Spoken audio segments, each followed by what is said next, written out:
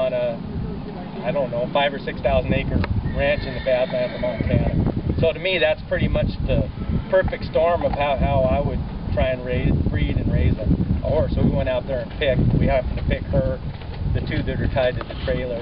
I guess they're right there, and one other one. So that's something that you can. And we've gotten really selective. So before I'll even look at a horse, I want to know how it's bred and how it was raised. Because I can see a horse walk across camp and it'll have the look that I like. But if it doesn't have those two factors, it's a pretty good chance it's not going to do what I want it to do. So now you've got the horse. She's 7 years old. Kind of go over the look real quick, like that I like. From the head, she's got nice big nostrils, nice big soft eye. Like I say, we've been riding her for less than a year. She's 7 years old, but she's developed right here. She's got no muscling here.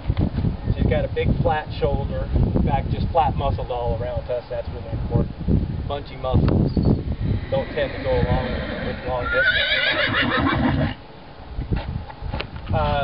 Well sprung. I really like to have a triangular shaped hip, not a round hip.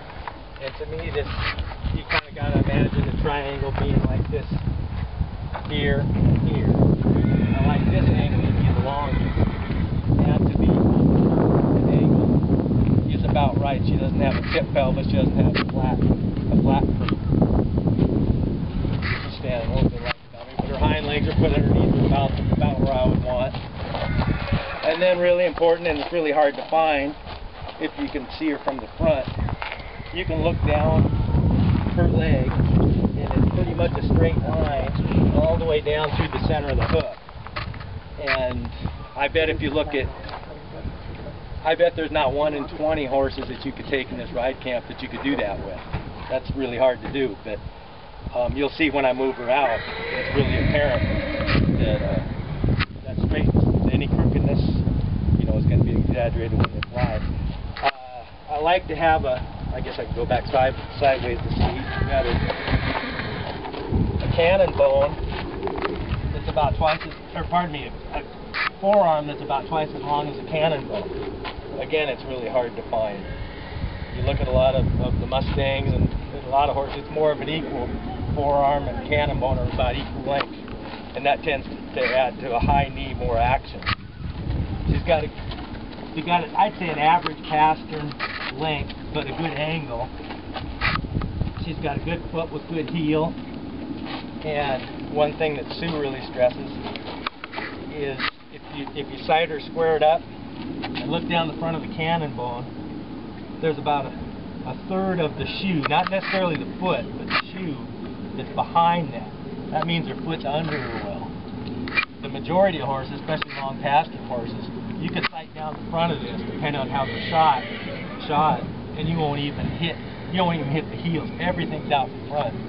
So, I'm not a geometry guy, but I know that if the foot's out that front, it's going to be stressed and flexing, and it's going to put more strain. It's going to slow down your turnover, and a horse like this can have a nice stride, but high enough RPMs to really cover ground. And the way with her look, I can tell she's going to have a free moving shoulder, and she's going to drive well with the hinds. Her back's up fine. Standing, that's about all I can say. She'll have no problem with the saddle moving forward because she isn't. Yeah, she's got a good wither. Her wither's higher than her hip. Yeah, you get a high hipped horse, and we've all had them. You're constantly trying to slide forward, and you get to the end of a ride, you're going to be sore here. There's just no way around it. Maybe if you guys will stand up to me, your movement is the most important to me. You can see, I can tell, get a pretty good idea how they're going to move by looking at them. But when they watch it from behind, coming and going, and then when I come by, I'll walk on by, and then you can see her moving and see watch how far her hind end drives underneath of her. And how flat. I'm looking for a flat movement like this. Use your shoulders. You don't get any credit for up and down. And a lot of these horses that are springy them like this, you know, it looks cool, but they're using a lot more energy than they have. On the tail.